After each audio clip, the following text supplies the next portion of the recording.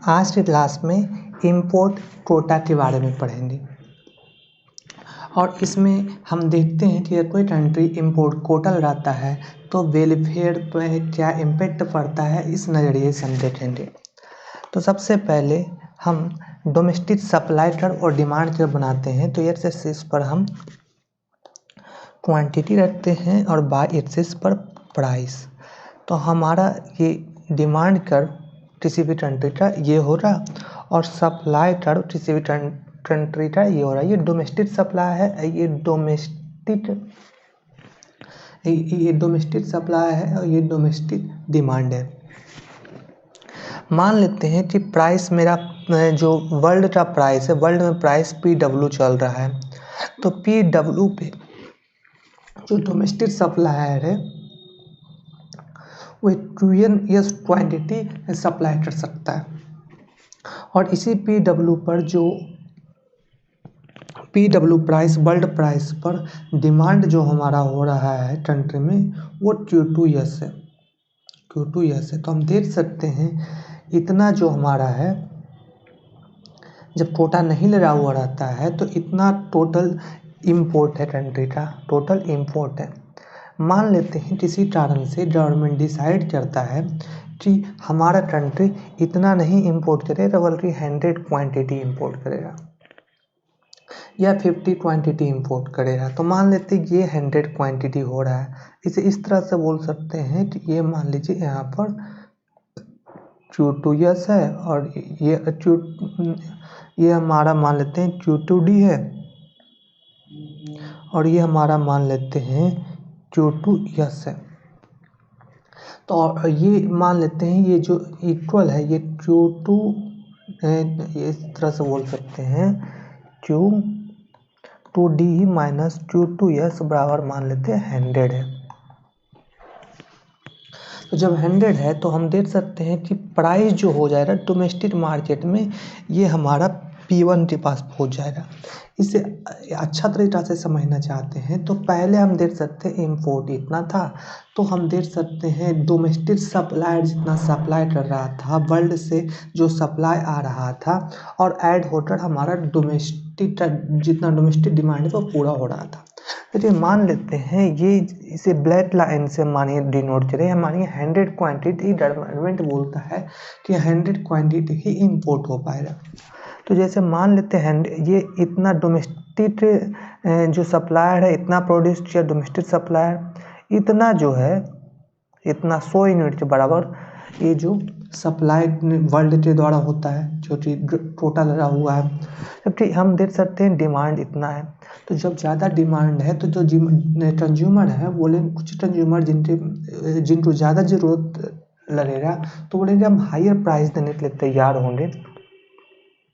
तो जैसे ये हायर प्राइस देने के लिए तैयार होते हैं तो अब हम देखते हैं कि हायर प्राइस पर वैसे सप्लायर जो वर्ल्ड मार्केट प्राइस पर सप्लाई नहीं कर पा रहे थे अब वो भी सप्लाई करने पाएंगे। तो देख सकते हैं डोमेस्टिक सप्लायर से सप्लाई बढ़ जाएगा और ये वर्ल्ड से हमारा 100 यूनिट सप्लाई आ रहा है। तो हम देख सकते हैं अभी भी लेकिन यहाँ पर डिफरेंसेस बना हुआ है डिमांड और सप्लाई में, और ये तब तक बना हुआ रहेगा जब तक कि हम P1 प्राइस पर ना चल जाए। तो हम देख सकते हैं टोटल रहने से हमारा प्राइस जो है वो P1 प्राइस में बदल रहा है। तो अब तक हमने ये समझा। अब हम इसे वेलफेयर के इम्पैक्ट के व्यू से देखें तो कुछ हमारा इस तरह से होगा। जैसे ये सारा सेक्शन को हम ABCD में बांट लेते हैं। ये हमारा A है, ये B है, ये C D E F। तो सबसे पहले हम कंज्यूमर सरप्लस निकालना चाहते हैं। तो कंज्यूमर सरप्लस हम देखें बिफोर कोटा तो क्या हो रहा, हम देख सकते हैं कि बिफोर कोटा PW प्राइस होता है और डिमांड कर्व हमारा ये है। तो ये सारा जो है A plus B plus D plus C plus E plus F ये सारा के सारा हमारा कंज्यूमर सरप्लस हो रहा और यहाँ पर G लिख देते हैं। अगर उसके बाद हम डोमेस्टिक सप्लायर प्रोड्यूसर का सरप्लस निकालें, प्रोड्यूसर का सरप्लस तो सप्लाई टर्म हमारा ये है, प्राइस ये है, तो हम देख सकते हैं सिर्फ जी है। तो टोटल सरप्लस ये दोनों का एडिशन हो रहा है बिफोर कोटा। अब हम आफ्टर कोटा की बात करें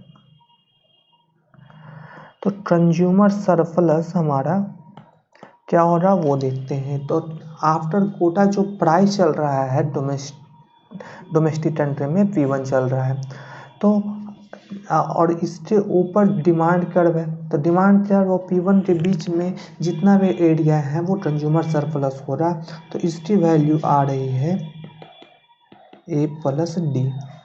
और प्रोड्यूसर सरप्लस की बात किया जाए, प्रोड्यूसर सरप्लस की बात की जाए तो ये P1 है और ये सप्लाई है। डोमेस्टिक कंट्री के द्वारा, डोमेस्टिक प्रोड्यूसर के द्वारा ये सप्लाई इतना किया जा रहा है, तो और इतना क्वांटिटी Q2 सप्लाई किया जा रहा है और प्राइस P1 चल रहा है। तो हम देख सकते हैं P1 लाइन के बीच में, P1 हॉरिजॉन्टल लाइन और सप्लाई वाला लाइन के बीच में जो एरिया है वो B प्लस जी है। और उसके बाद ये देख सकते हैं कि जिसको भी जो फर्म है जिसको गवर्नमेंट के द्वारा लाइसेंस मिला है कि आप 100 यूनिट इंपोर्ट कर सकते हैं वर्ल्ड से, तो वर्ल्ड से खरीदेंगे वो, और वर्ल्ड से खरीदने के बाद क्या करेंगे वो उसे P1 क्वांटिटी पर बेचेंगे। तो हम देख सकते हैं इतना क्वांटिटी इंपोर्ट हो रहा है और इतना quantity price P1 minus PW extra उन्हें मिल रहा है। तो हम देख सकते हैं ये वैसे लोड हैं जो कोटा रेंट के माध्यम से कमा रहे हैं। तो इनकी वैल्यू वो आ रही है, देखिए इनकी वैल्यू है Q2D minus Q2S into P1 minus PW। तो इनकी वैल्यू क्या है, E है। अब अगर हम कंट्री का surplus before quota minus after quota करेंगे तो हम देख सकते हैं घटाने पर हमारा ए कट जाएगा, बी भी कट जाएगा, डी भी कट जाएगा, जी भी कट जाएगा और ई भी कट जाएगा। तो टोटल हमारा जो बच रहा है ई प्लस बच रहा है सी प्लस एफ। तो सी प्लस एफ क्या है, total surplus before quota minus total surplus after quota. तो ये यहाँ पर C प्लस एफ हम यहाँ पर हमें समझ में आ रहा है टोटल सरप्लस बिफोर कोटा ज़्यादा था, तभी तो ये C प्लस एफ पॉजिटिव आ रहा है। तो यहाँ से ये हमारा सारा का सारा लॉस है, कंट्री का सारा का सारा ये लॉस है। तो समझते हैं C और F की क्या प्रकृति है। तो C का लॉस देखिए, C जो लॉस है इसे हम बोलते हैं, C जो लॉस है उसे हम बोलते हैं प्रोडक्शन डिस्टॉर्शन लॉस। क्यों प्रोडक्शन डिस्टॉर्शन लॉस बोलते हैं, क्योंकि इसका सबसे इफिशिएंट प्रोड्यूसर वर्ल्ड मार्केट में वर्ल्ड का दूसरा कंपनी था, लेकिन उसे डोमेस्टिक फर्म प्रोड्यूस कर रहा है और इनएफिशिएंट मेथड से प्रोड्यूस कर रहा है, इस कारण से ये लॉस हुआ है।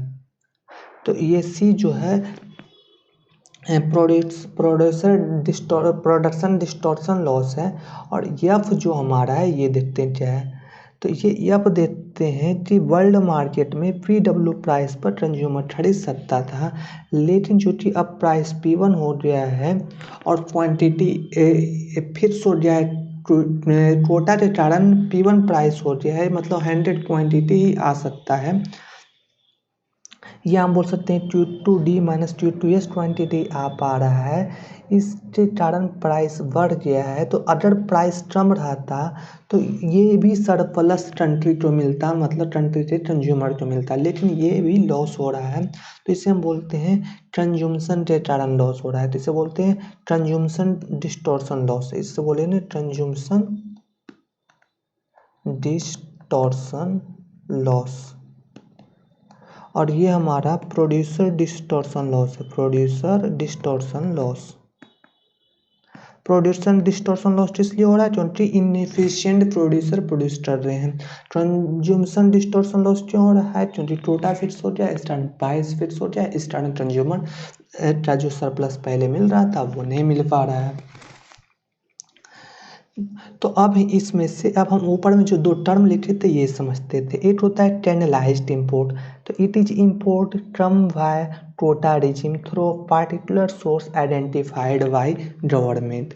जैसे इंडिया में एग्रीकल्चर में जितना भी इंपोर्ट होता है वो चैनलाइज्ड होता है, मतलब उसमें क्या होता है, गवर्नमेंट सोर्स को पकड़ता है कि किसके माध्यम से, मतलब कौन इंपोर्ट करेगा। तो मानिए कोई आदमी इंपोर्ट किया, जैसे आप इंपोर्ट कर रहे हैं मान लीजिए, तो आप PW प्राइस पर इंपोर्ट कीजिएगा और उसे आप बेचिएगा P1 प्राइस पर।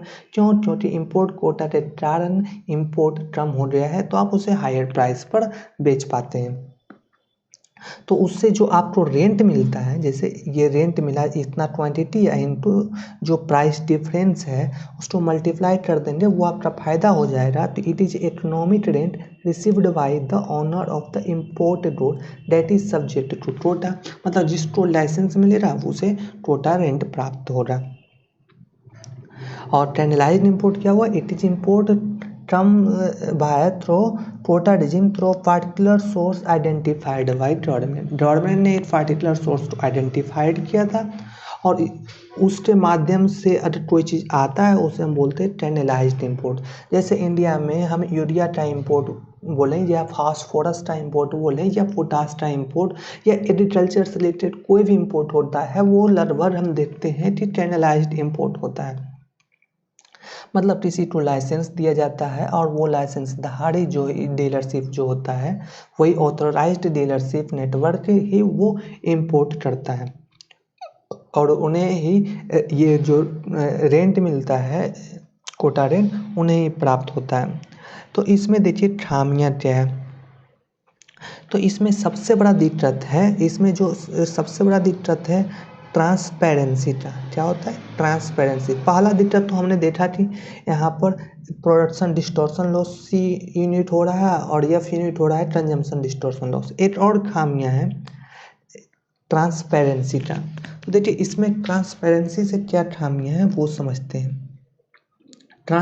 इसमें देखिए गवर्नमेंट है वो लाइसेंस दे रहा, तो गवर्नमेंट जो लाइसेंस दे रहा तो यहाँ पर हम देख सकते हैं रेंट सिटिंग प्रैक्टिस चालू हो जाती है। रेंट सिटिंग प्रैक्टिस मतलब गवर्नमेंट का सपोर्ट हासिल करना कि उन्हें ही रेंट मिले, मतलब उन्हें ही कोटा मिले और वही ऑथराइज्ड डीलरशिप को प्राप्त करें। तो इससे क्या हो जाएगा, भ्रष्टाचार फैलेगा। तो इसमें यही एक कमी, मतलब ये एक कमी तो प्रोडक्शन डिस्टॉर्शन लॉस और कंज्यूमशन डिस्टॉर्शन लॉस है। दूसरा क्या है, ट्रांसपेरेंसी का इसमें प्रॉब्लम है, इसके कारण रेंट सिटिंग होता है। तो थैंक यू।